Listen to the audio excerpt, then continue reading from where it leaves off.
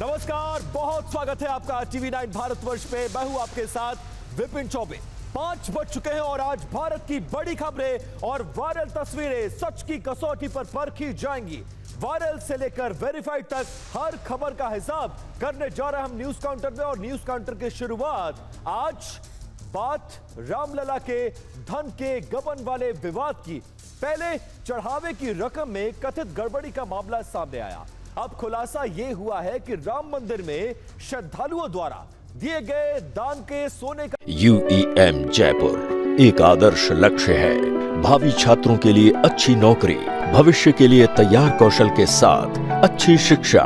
अभी पूरा हिसाब किताब सवालों के घेरे में है। यानी मामला सिर्फ नकदी के कथित घोटाले तक सीमित नहीं, बल्कि अब भगवान को चढ़ाए गए सोने पर भी बड़े सवाल खड़े होने शुरू हो गए हैं। सबसे बड़ा सवाल यह कि आखिर श्रद्धालुओं ने जो सोना भगवान राम के चरणों में अर्पित किया, उसका रिकॉर्ड कहां है?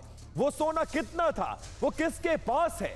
और अब उसका हिसाब कौन देगा? यह सबसे बड़ा सवाल है। यानी अब जांच सिर्फ पैसे की नहीं, बल्कि भगवान को चढ़ाए गए सोने तक पहुंच चुकी है। क्या सोना रिकॉर्ड में दर्ज ही नहीं किया गया? क्या सोना गायब हुआ, या फिर किसी ने व्यवस्था की कमजोरियों का फायदा उठाया है? और सवाल यह है कि रामलला का सोना कहां गायब हो गया, क्योंकि राम के सोने पर डाका डाला गया है। और सवाल यह है कि आखिरकार उन चोरों का आका कौन है? और कुछ डिटेल्स एंड ग्राफिक्स आपके लिए लेकर आए हैं। रामलला को चढ़ाए गए सोने का अब तक हिसाब क्यों नहीं मिला है? चढ़ावे के सोने की अलग व्यवस्था क्यों नहीं की गई? श्रद्धालु दान पेटी में भी सोना डालते थे, कोई भक्त पुजारियों को सोना सौंपते थे, पुजारी चढ़ावे का सोना बैंक कर्मियों को देते। कई भक्तों ने चंपत राय को भी सोना दिया। इस तरह के गंभीर आरोप लगाए जा रहे हैं। चंपत राय से टिन्नू यादव तक पहुंचा यह सोना, और बैंकों में जमा कराने की जिम्मेदारी सोने की टिन्नू यादव की थी। सवाल यह है कि कितना मिला, कितना जमा हुआ, हिसाब गायब क्यों है? टिन्नू के घर से नकदी के साथ सोना भी मिला, सब जमा हुआ, तो घर में सोना कैसे मिला? यह सबसे बड़ा सवाल है। आखिरकार रामलला का सोना कहां गया? इसको लेकर एक रील मेरे प्रोड्यूसर्स ने बनाई गई है, जरा पहले वो देखिए।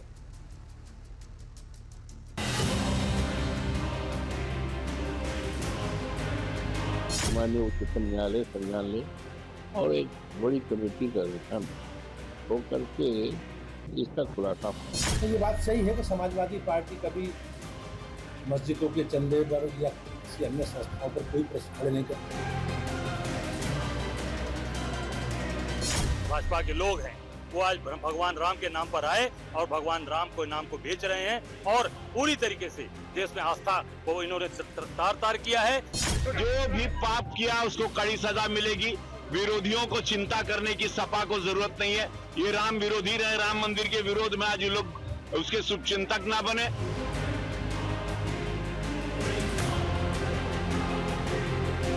अपने फालतू विश्वस्त लोगों को ट्रस्ट में बैठाने का मतलब ही था कि आगे चल करके हमारी नीयत थी कि हमको चोरी करना है, ऐसे खास लोगों को बैठा दो ताकि बात बाहर न जाए।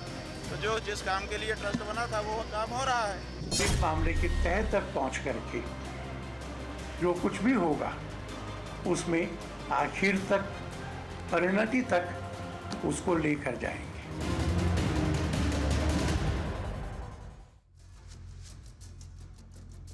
और इस पूरे विवाद पर आज TV9 भारतवर्ष पर राम मंदिर के शिल्पकार कहे जाने वाले नृपेंद्र मिश्रा जुड़े, तो हमने उनसे दान के बाद अब तक सोना चोरी पर सवाल किया। उनका जवाब क्या था, पहले वो सुनिए।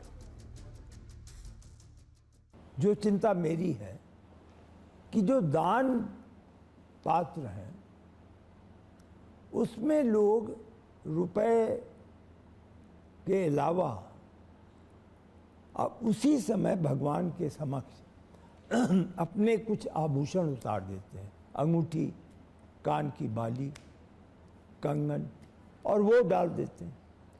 तो यदि वह काउंटिंग के समय पलटी गए तो वो वहाँ निकलेगा। तो प्रश्न यह है कि उसका हिसाब कैसे होता है,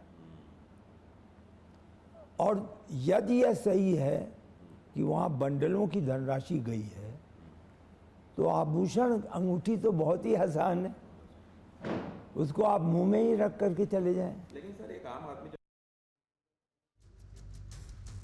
और चंपत राय के अब तक के सार्वजनिक जीवन पर बहुत बड़े धब्बे और आरोप लगाए जा रहे हैं। ऐसा हम क्यों कह रहे हैं वो हम आपको समझाने की कोशिश करते हैं क्या कुछ हो रहा है।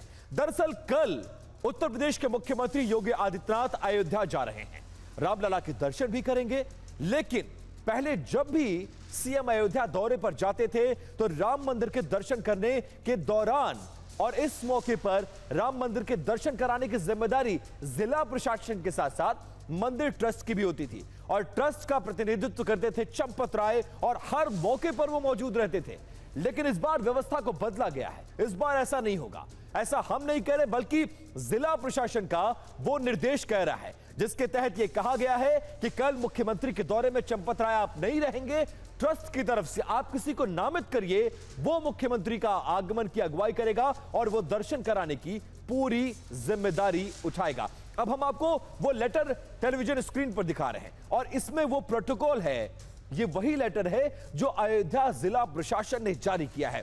इस लेटर में साफ साफ लिखा हुआ है कि कल जब सीएम योगी अयोध्या में होंगे, रामलला के दर्शन करेंगे, उस वक्त चंपत राय खुद नहीं आए बल्कि अपने प्रतिनिधि को भेजे। ये बात कोट एंड कोट में 29 नंबर वाले पॉइंट पर लिखी गई है।